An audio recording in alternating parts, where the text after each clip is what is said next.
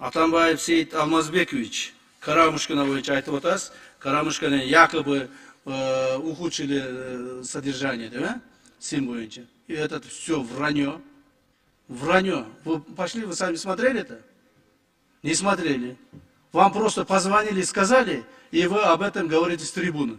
Пожалуйста, пойдите сейчас, прямо сейчас, сын, возьмите, сын есть кто? Представитель сына? Минюст. Возьмите сейчас Сейита Алмазбековича, поведите и покажите, где Карамушкина сидит, в каких условиях, чем отличается от других. Так, прямо сейчас покажите. Вот вы сейчас пойдите, вот, азыр барып келіңіз, зерикпестен, шығыңызда барып көріп келіңіз. Карамушкина қандай отырады екен? Ана сөз сөйлеулі біреу қалып айтып қойса, ана келіп трибунада объявить ете бермедіңіз. Карамушкина, Султанбеков нам не враг. Ни один человек, наши граждане нашей страны, не враг нам. Они нарушили закон, перед законом будет отвечать. Какие бы у них преимущества не было.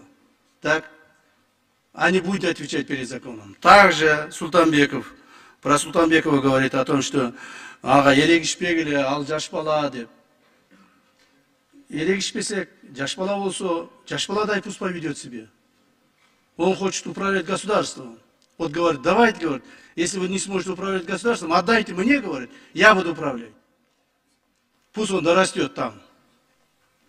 Хорошо? До управления государством. А пока пусть ответит перед законом. Поэтому еще раз вас уверяю, уважаемый Сейит Алмазбекович, никаких улучшений условий содержания в СИНе нету ни у кого. И не может быть.